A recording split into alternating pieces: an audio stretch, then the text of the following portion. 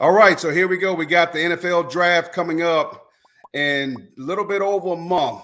We want to talk about who are the top 5 receivers in the NFL draft.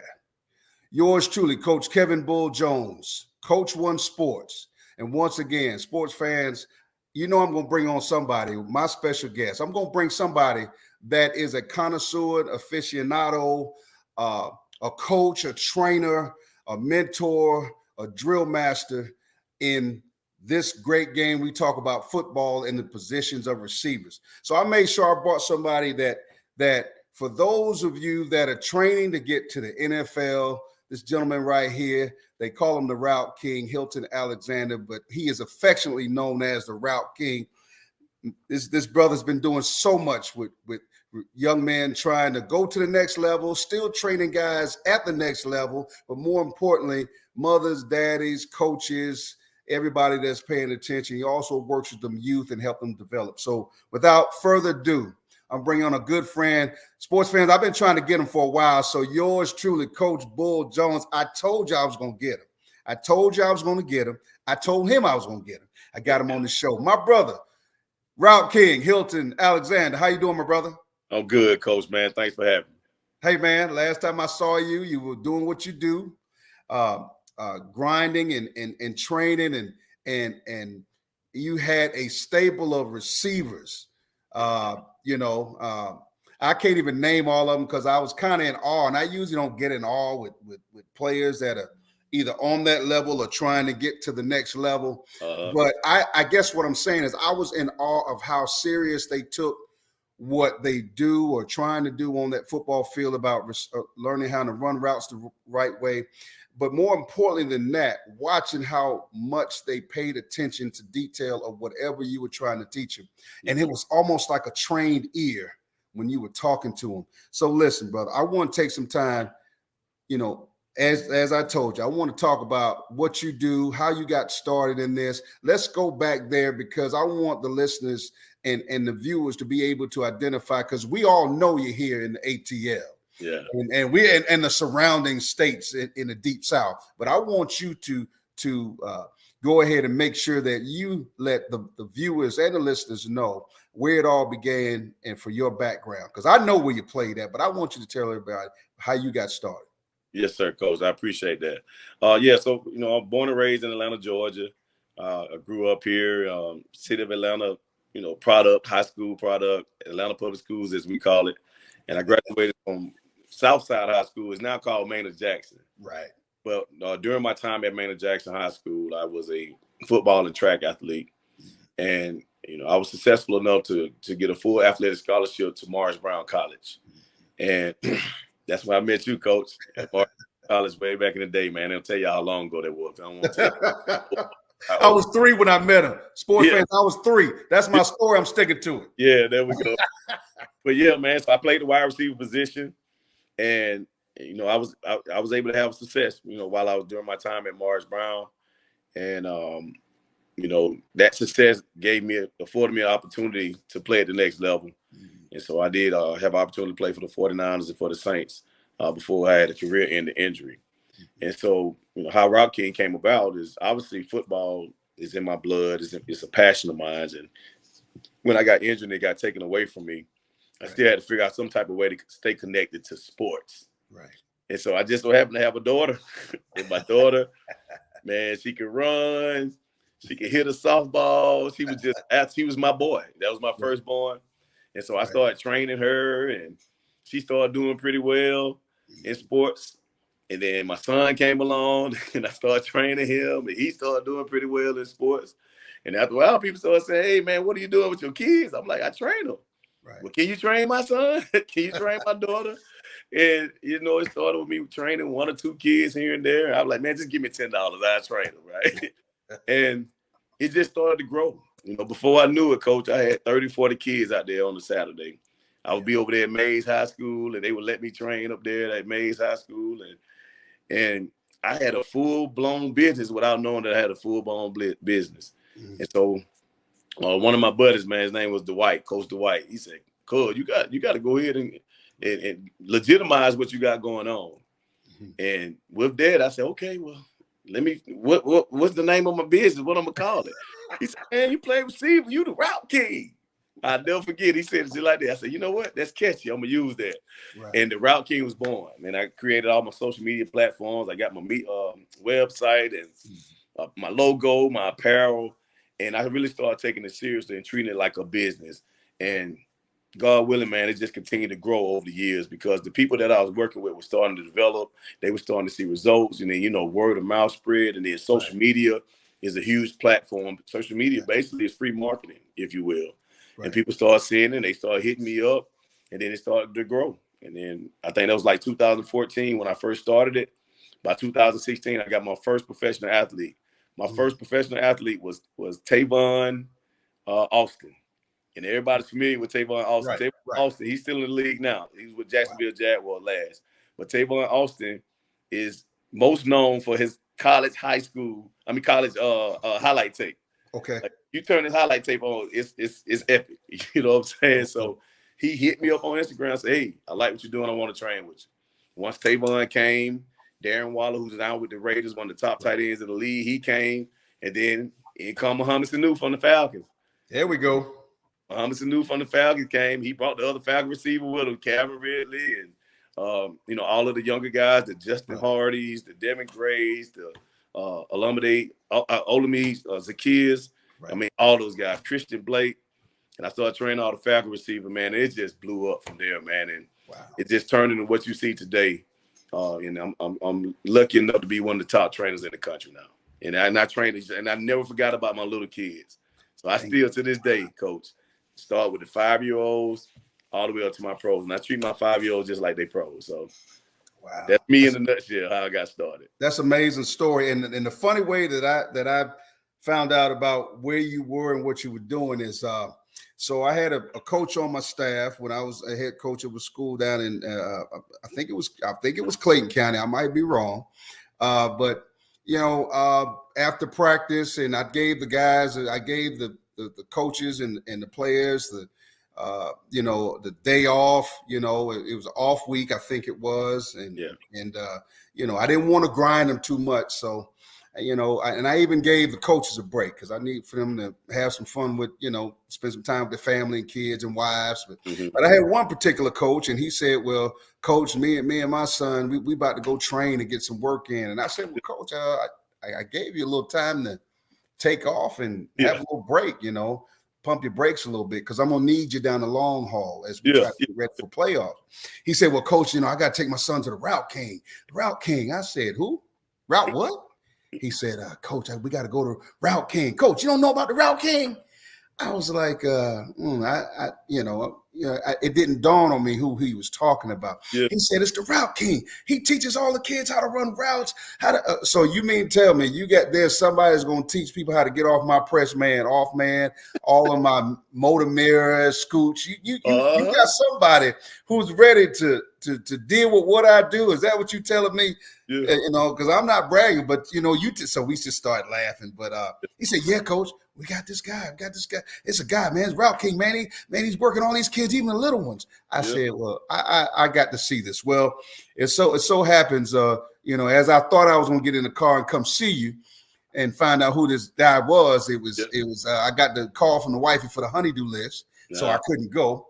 And so there it stood. I didn't see you again until later on, and I saw you working some guys out that was getting ready in Metro Atlanta at a wonderful location up near my side of town, and I was like, "No, this is what we doing now." I said, "So this is what I got to do to get you to grace me with your presence. I got to come up on the north side of town, and we need to have some fun around here up at North Atlanta High School, and I can get a chance to see your face." Sports fans, I just want you to know, I knew the Route King when I was only 3 years old, which means he's really older than me. I'm just gonna put it. That's my story. I'm sticking to it. It might have a few wrinkles in it, but that's my story. Okay, because I know I don't look that old. But anyway, it's so funny watching you play in college and then seeing what you're doing with these guys. I just find it amazing that in this day and time, and I will admit, I was one of those old school guys because I was part of that transition from coaches, the old school way of coaching, and 5-a-day practices. We didn't have water breaks when I played, and that's and you know what I'm talking about because you went through the same thing. Absolutely. So we didn't have time. We didn't have enough energy to train with nobody else after being with our high school coaches. I mean, they tore us up, and I know you would agree with that. Absolutely. But times changed. Yeah. Times changed, and here you are. And there are others, in Metro Atlanta that do this. And here's my confession. I always had a problem. I didn't understand the difference between a trainer and a coach. I always wanted to say the trainer was the coach because I'm thinking in terms of when I played. Yeah. So your trainer, your coach, the same person. But now we have what's called skill specificity. Yeah. And that is the new age. And of course, with any part of coaching, to embrace what you do and how you do it and help kids get better at their craft because the game has changed. They throwing the ball around. Yeah. And it's changed. So, me getting a chance to watch you do it, I salute you because it takes a lot to be able to chase dreams. And this one, you probably didn't even wrestle with it that long. You probably having so much fun and didn't know that that's where your gift was. Yeah. Yeah. So I salute you on, connecting with your gift. Yes, sir. And then running with it. Yeah. Because to watch those NFL guys, and you're right, Mohamed Sanu, I saw him. I thought he was a linebacker. I was going to ask him if he wanted to come out for the team. When I saw him when he came up on the field, I was like, you got any more eligibility? I told him, if you make a play for me, don't take your helmet off. Yes, sir. And but I didn't know it was him until we just laughed about it. But to see those guys that are in that profession, and then the kids that you work with, tell me something about it. Here's what I always wanted to know. How do you what is your objective or point of view when you're reaching the kids? Because some people are good at drilling, but there's another part to this, the mental part. Can you talk about that when you train these kids, the mental part? Because I watched you, and it was more than just training. I saw you up here with them. Absolutely. And I want you to expound on that because that's really prevalent and important. Absolutely, Coach. I just think that, number one, you got to have patience. You got to have patience. And not only do you have to have patience as a coach or a trainer, you also have to be able to relate to them that they also have to be patient. Not just the kids, but parents too. Because, parents and kids, a lot of them want that overnight success, right? They want to bring me that kid. You the route king, right? Fix him. And by the next week, he's supposed to be running the best routes he ever ran in his life. But I have to always tell them, just trust the process. Trust the process, and also take into consideration that there's all types of learners. I got kids that I can show them how to do it one time, they got it, pick it right up. I got kids I can just point and tell them what to do, they got it. Right. You know what I'm saying? I got some kids that, just need that practice and that repetition, and I have to demonstrate it over and over again. You just got to be able to work with all types of learners. And just have the patience to be able to trust that process and continue to build up that confidence. Because one thing that I have learned over the years, the more they work at it, the better they get. And I always use that quote with them. I said, practice make what? And they say perfect. I said, no, progress. You'll never be perfect. Right? And I tell them that it's okay to mess up. That's what you're here for. That's why we train it. Wow. Pick your head up. We're going to figure it out. I said, do you see anybody here laughing at you? I ain't laughing at you, no. Because you messed up. We're going to fix it. Do it till you can't do it wrong. And that's our mindset every session. We're trying to do it till we can't do it wrong. And then it become muscle memory. And I tell you, once they start to feel themselves getting better and they know that they put that work in, they take their confidence out into whatever sport it is they playing. Because I don't just train football players. I got track and field athletes, baseball, softball, basketball, what have you. When they feel themselves getting stronger, faster, quicker, they go to their relative sport and they go out there with a different mindset, a different attitude. They out there now with the mindset that I'm better than you because I put more work into you. I know you ain't been doing the stuff that I've been doing. I feel myself getting quicker. I feel myself getting stronger. So it does a lot to them mentally now because they're mentally tough. They're mentally tough, and they also, have that confidence and that self-esteem that you need to be successful. in sports, but also in life. And see, that's very profound, and I'm glad you hit on that route, Kate, because I come across a lot of people that train and work with kids, and I don't want to use the word suspect, but sometimes I watch their presentation. Yeah. And it's the little things, how do you build the kid that wants to, they say they want to work, but at the end of the day, how do you encourage them to get better? And then what if they get in all this training and they get on a team where they don't throw the ball that much? Because you coach kids, you train kids that they play on teams that they might run the wing tee or shotgun tee or, veer. They don't throw the ball a lot, but they're still with you. How do you help those kids? I tell them to be ready whenever your time comes. If you stay ready, you ain't got to get ready. And, whatever the coach asks you to do, be prepared and be willing to do that to the best of your ability. I always tell them, man, there's two things you can always control, and that's your attitude and your effort.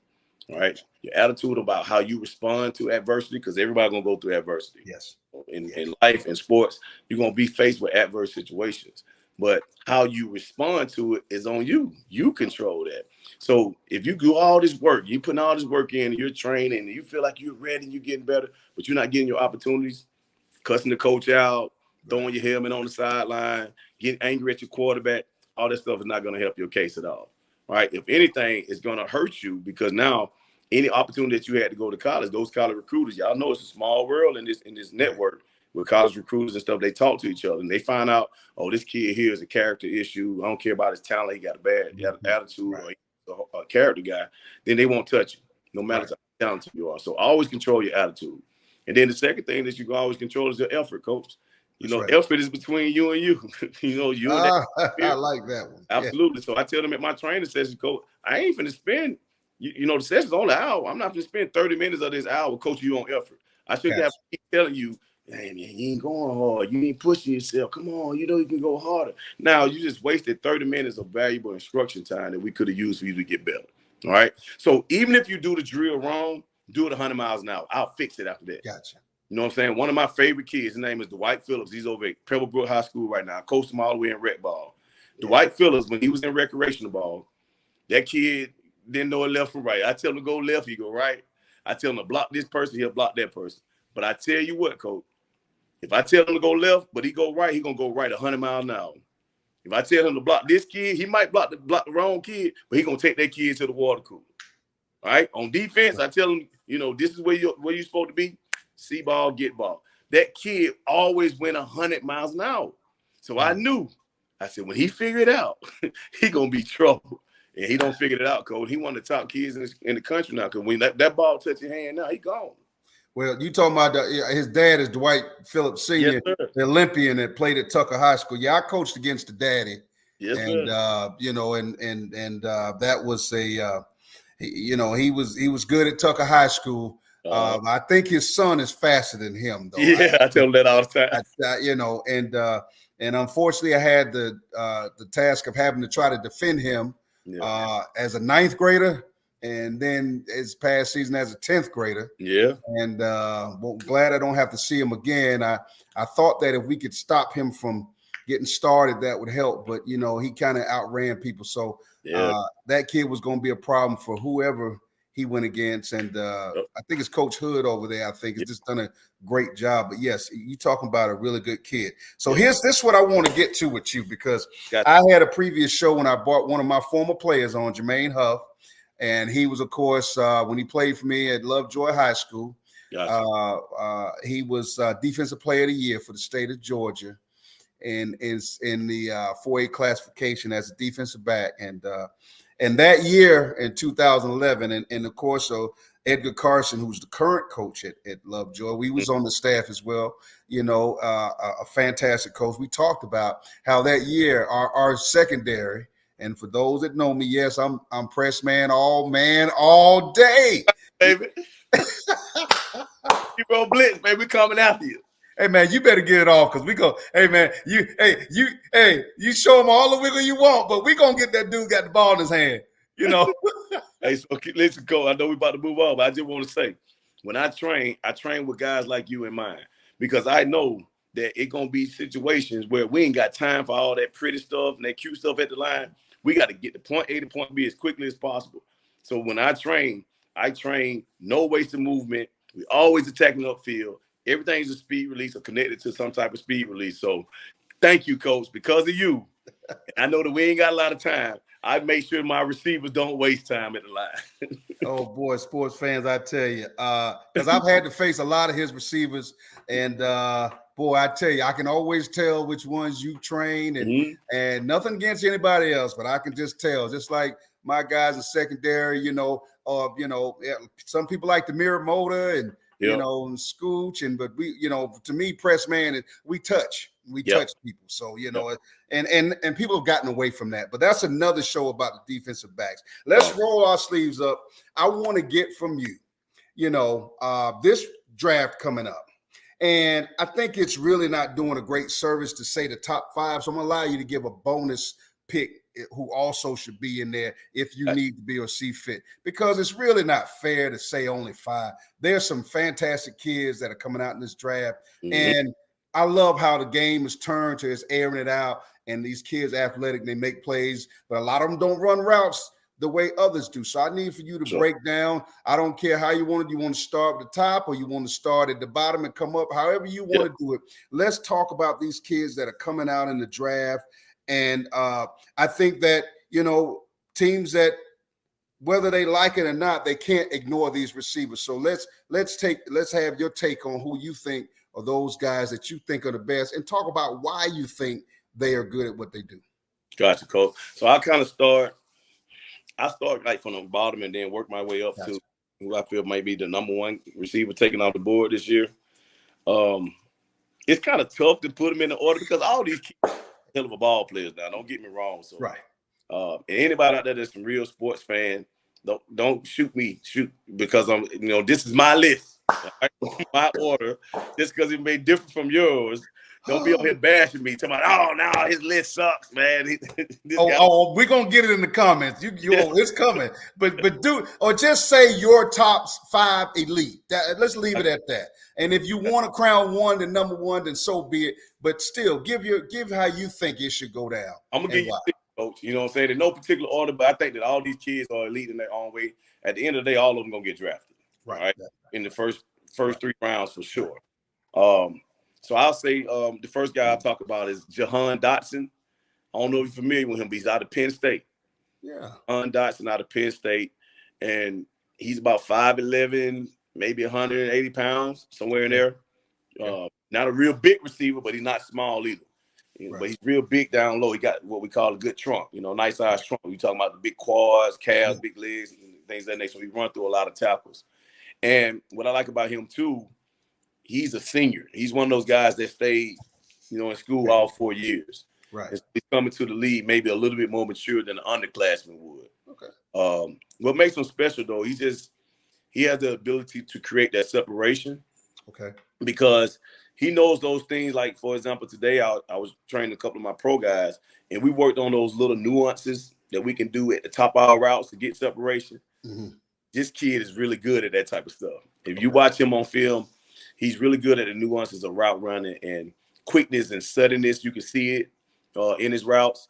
And he has great hands. He has some of the best hands that I've seen. He don't have a lot of drops. I don't have the stats on the amount of drops that he had in his career. But if we're able to look that up, Coach, I'm pretty sure that his drop ratio is going to be very low. Because when I've seen him play, that ball touches his hand, he catching that ball. All right. And when he get the ball in the open field, this one thing, too, that I like to teach my receivers is that it's 2 plays, in one football play. All right, our first play is, getting off the jam into our route and catching the football. That's the first play. But then our second play is when that ball touches our hand. Showtime. After the catch, it's time to go now. It's 2 plays in one. So he's really good with the run after the catch. Very elusive in open field. And I've seen him in the return game too. So he has value as a punt returner, kick returner. So a lot of teams going to probably pick him up for that as well. Gotcha. And I think he led Penn State this year in receiving. If you look up the stats, he probably led them in catches, yards, and touchdowns. I mean, he had 10+ touchdowns for sure. So Dotson, man, I like that kid. So he's definitely going to be one of the top guys drafted. Gotcha. And he's under 6 feet. So I like that too. I like to hear, you're not staying with status quo. It's got to be height, but height is good. But let's go to the next guy. All right. So Chris Olave, or Olave, however you want to pronounce it, at Ohio State. This kid. Now Ohio State had 2 really good receivers. I'm talking about, but he was one of them. As big part of their air attack that they had at Ohio State this year. Them guys put up some big numbers. They had a lot of dynamic plays down the field. Right. He's a little taller. He's about maybe 6 feet tall. I don't think he's quite 6'1", but he's at least 6 feet tall, maybe 190 pounds, somewhere in there. Pretty solid kid. And he's also a senior. He's also one of those guys that's coming out, 4-year starter at Ohio State. Right. Now, I think what makes him special and stand out in the draft is that he's able to create separation as probably one of the most polished route runners in the draft. The kid mid-range game is probably superior compared to his peers. All right. Whenever y'all hear me say mid-range game, I'm talking about 15 routes within 15 to 20 yards. You know what I mean? So he's very polished in that. And due to his speed and just his ability to be able to track the ball well, he has great hands. He don't have a lot of drops either. What about them crossing routes? Is he afraid of those routes? Fearless. Because most of the routes I've seen him have been the deep stuff, but yeah. And so because of his ability to track the ball over his shoulder, he's definitely a threat in the vertical passing game. Right. But he's the polished route runner, so I don't think he would have too many issues with those crossing routes. Gotcha.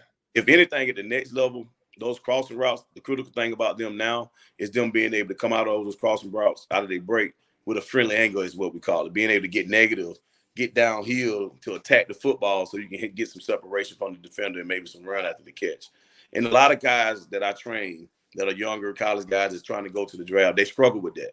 All right, so we really work a lot about, the top of their drop route to keep them from drifting upfield closer toward that safety. Yeah. That's where the hits come at. Exactly. So tell them, you might have got away with it in college. Yeah. In the league, the windows are shorter and those hits are harder. So you better learn how to get negative real fast or it's going to be a long day. But I think that this kid had a very, very remarkable career at Ohio State. He on average, I think the kid probably averaged about 15, 16 yards a catch. And you kind of alluded to that earlier about his ability to catch the ball deep. And for me as a coordinator, those are those stressors. I'm trying to figure out who's, I got to pick a poison, but who's my stressor? Yeah. Who's my vertical press? Who's my vertical guy? Who's my underneath guy? And who's that guy who's going to be a bug who doesn't need the deep stuff, but when he can stress me with the quick bubble stuff and stop, maybe just stop routes. So, but go ahead though. But I like what you're talking about with Olave. Yeah, I like him, man. I like him. So he's definitely going to be one of those top receivers that's taken off the board. Okay. Yep.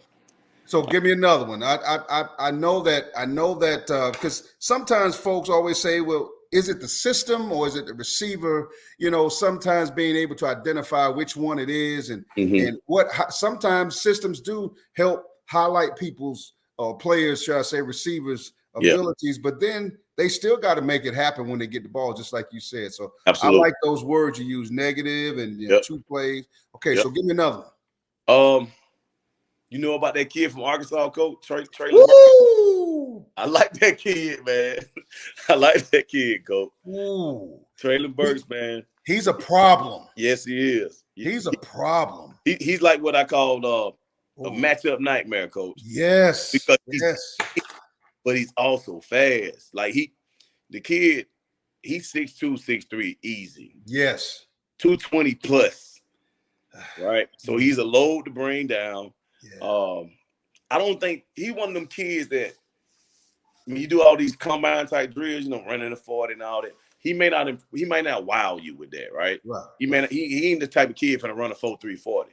However, when you turn on the tape, he plays faster than he gonna run in that 40. One of those type kids, just like Jerry Rice was back in the day. Correct. Jerry Rice ran a 4.6 maybe coming out. You know what I mean? But nobody caught him from behind. How many times did you ever catch him from behind? And so this kid, not comparing him to Jerry Rice, I'm just saying in terms of his ability to play faster than he would time, That is him, man. Treylon Burks. And due to his size, I like to say, Coach, I got receivers, right? They might be 6'2", 6'3", 6'4", 6'5", and then they go up for a high ball, they go up like this. Yep. I love them. I love them. I'm looking for that. Opposed to attacking at the high point. Right. So, you know what I say to them? I say, hey, man, listen to me. Don't just be big, play big. You know what I'm saying? Right. Attack the ball at the highest point. Right. Okay? This kid is a high point guy. He plays his size. He plays big. Yes. Not just big. He plays big. So he's very physical. He run through a lot of tackles. His after the catch prowess is above average. Yes. You know what I mean? Because of his size and his ability to run through tackles. So he had a lot of he'll remind you of one of my favorite guys that I trained, which is Deebo Samuel. Now he's not as elusive as Deebo, but I'm just talking about the mentality that he had when that ball touches his hand. He's Deebo-ish. Right. You know what I'm saying? In terms of trying to get to the house. And he's a hard tackle coach. He's never an easy tackle. So that's why I like Treylon. Well, another thing that I like about him, Ralph King, is he is fearless, and he wants the attention. Give me the ball. I'm about to make a play. I watched him shred Bama's secondary in a way that, I love the concepts. You know me, I still got the cup, and it is what it is. Although I still love the guys up there in Athens. I love them too. I love good coaching and good strategy. And you pointed out something, because to me, I'm just going to admit it. If I'm concerned, he worries me because he's big and he's dominating. And you said it perfectly, because this is what I train my cornerbacks. I said, they tall, but as soon as you irritate them, let's find out if they big dogs or they little dogs. Absolutely. See, you can be 6'3", 6'4", but do you play 6'3"? Absolutely. There you go, Coach. And if you don't have that dog in you, meaning you gonna make it. I'm gonna find out what you're made of. Yeah. And if you're not made of it, you're just a big tall kid that probably need to be on the basketball court shooting free throws, because you're telling everybody you're playing football. And it's gonna help you for basketball. So then you need to go to basketball, because you don't make me say ouch. Yeah.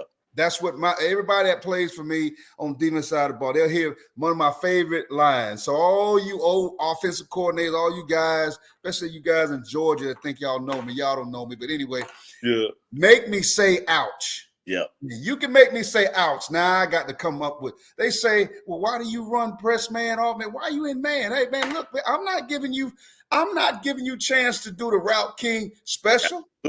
Absolutely. I got kids in school. I'm looking on the gym floor before we start exercising. They working on their routes. And I know they either got it from you, or they got it from somewhere around you, or they were 7-on-7 and they're mimicking what they see. And I tell my secondary guys, I say, see this kid run probably 4.8, but look at him. Look at him working on his release. Yep. So I get exactly what you're saying. So he scares me. Yep. So that's the one you made me get out my seat. You made me grab my cup on him now. Because to me, he's the Terminator. Go ahead with the next. I like the kid. All right, so here's another one, Coach. And I think that this kid is a wild card, because it's going to depend on what team is still going to take a chance on this kid with a high pick. And that is Jameson Williams from Alabama. Yes, I'm talking about an Alabama kid. Oh! Go on and get your cup, Coach. But yes, sir. Jameson Williams, man, I just love the swagger that this kid played with. And this kid got great size, too. He's about a 6'2" kid. Yes. He's a 6'2" kid, maybe 180, 85 pounds, something like that. For a point, Cole, he was considered for the Heisman. Correct. During points of the season last year. Right. Due to his dynamic playmaking ability. Like, he's one of those kids that's a threat to score every time he's on the field. Yes. Every time he touched the football. And I think that he transferred from Ohio State, if I ain't mistaken. Yeah, well, I was going to get to. I wanted to explain how that happens later on before we get out of here. But he came from the O. Just to kind of speak on that real quick, I think that he was at Ohio State for 2 years. Yeah. But, he didn't get a lot of playing time. I think he only had a few catches. But it's just a testament of being in the right place at the right time. And so that transfer to I'm not the biggest fan of the transfer portal. Me either. Yeah. However, this is one of those situations, Coach, where it worked out in the kid's favor. Yes, great. He transferred from Ohio State. Kid probably didn't even have 15, 20 career catches while he was at Ohio State. And he go to Alabama. He looked like the best player in the country. Woo! At points during the season, he looked like the best player in the country. Yes, he did. But he tore his ACL, Coach. Yeah. He tore his ACL deep into the season as well. So I don't know how his recovery going. Prayerfully that the kid is ahead of schedule. One good thing about it is he's a world-class athlete, meaning that he was in great shape when he got hurt. Gotcha. And it's 2022 now, Coach. So modern medicine is totally different. Modern medicine and technology is totally different. So I'm pretty sure that he's going to probably heal back stronger than ever. But he got to still be in the conversation because prior to his ACL, he probably would have been the talk of maybe the first receiver taken off the board. He was that special. Hey, man, I agree with you totally, and heartfelt for him and going through that injury, and then to happen when it happened, and he is. I got a chance to go down there and watch him practice and train under Holman Wiggins, who I think is just a fascinating coach. And just a man. I'm just going to talk about the man because that the relationships he has with all those receivers. Yeah, he reminds me of you in that attention to detail. But more importantly, I watch how the kids respond to the coach. Because see, that tells me something. Is he really paying attention? Do you hear you or is he listening? Which one is he doing? Absolutely. See, that's one of those things that I grab, but I agree with you, and I pray that I know that once he gets healed and cleared, he will be phenomenal wherever he goes. But I agree with you on that. Maybe he doesn't end up in the top 15, top 20, maybe now, but who knows? Like you said, modern medicine, we'll never know. But I like that you brought him up. Okay, give me your last guy. All right. Well, I got a toss up, Coach. I got two guys left. Okay, let's go with both of them. You know what I'm saying? Let's go. We gotta give them the love. 1A, 1B. Okay. If you will, because this can go either way. Okay. You remember Ohio State had two top dogs now.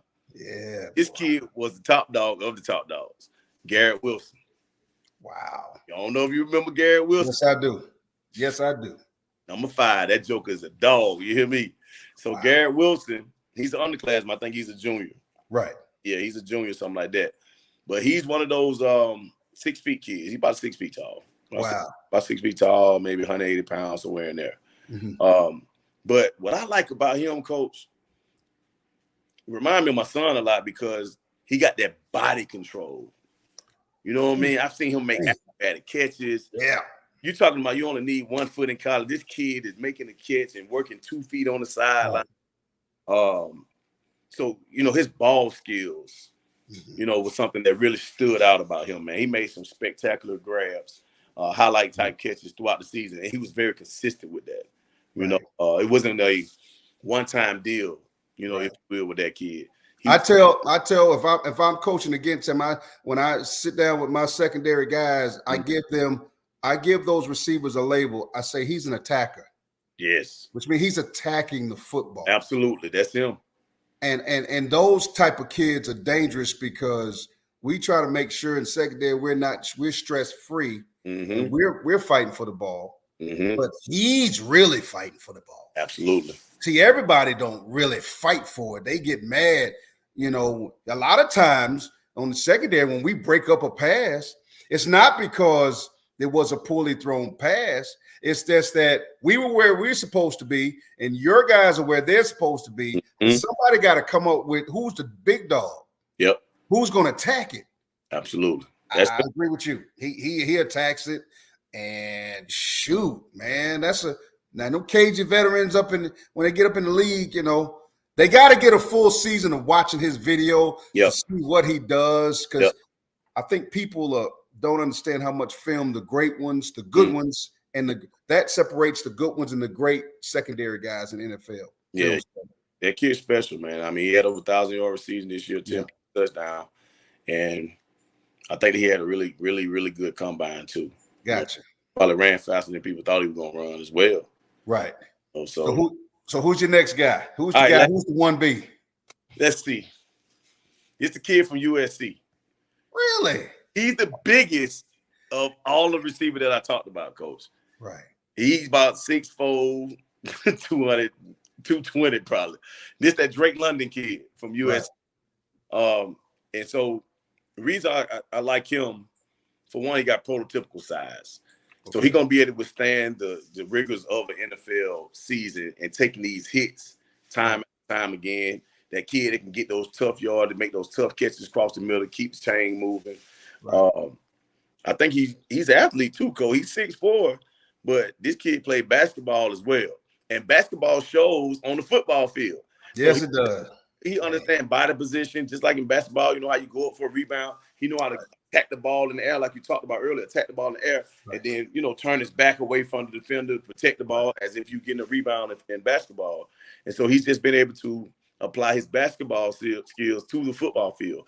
And it's funny that I'm talking about that because that's also another teaching point. I tell a lot of my receivers, playing the receiver position, especially when you're talking about avoiding second-level defenders or releases, it's similar to basketball in the sense of our crossovers, our headzies, and all. But the only thing that I teach is that we don't do it in one place. We do it moving at the defender, just like basketball. Right. And so he's one of those kids. He's one of those kids. But he got hurt, just like Williams did, and your other boy Mechie. I could have talked about him from Alabama as well. Right, but he's in the injury. But I think that he was able to put together a pretty remarkable career. Correct. You know what I'm saying? You're able to put on film throughout his career. And I think it's enough to evaluate, that he's a pretty top prospect as well. And it's going to be teams that are going to take a fly on him just off his size alone.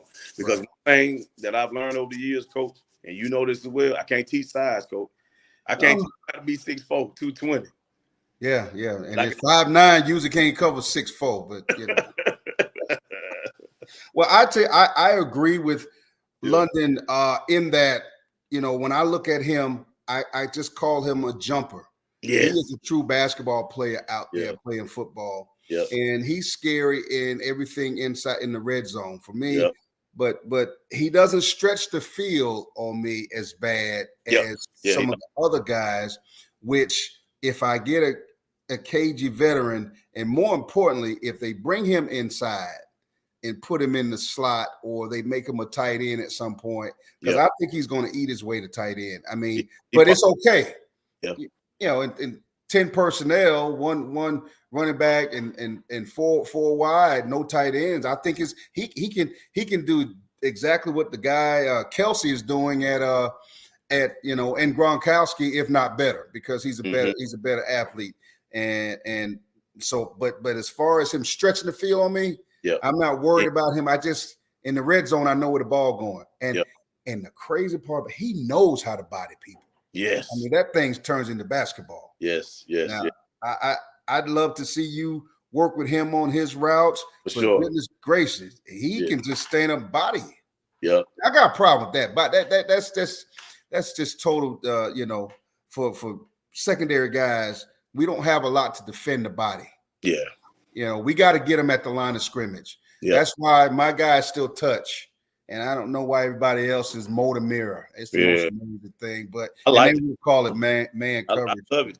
Tell them to keep teaching that motor mirror, Coach. I got something for it. As long as y'all teaching these boys to motor and mirror and sit there and be patient, I'm teaching my receivers to attack your butt. Oh my God, I love this. Because if you're gonna be patient, we're not gonna be patient. Woo! You see that, sports fans? I need y'all. You listen. I know this. Let me stop, Coach. I'm giving away my deals, Coach. I gotta stop. I know. I'm giving away. I'm giving away mine too. And boy, listen. Maybe we ought to go on a circuit. Maybe we ought to have a clinic. And you have we gonna do a clinic together one day. Yeah. Let's go ahead.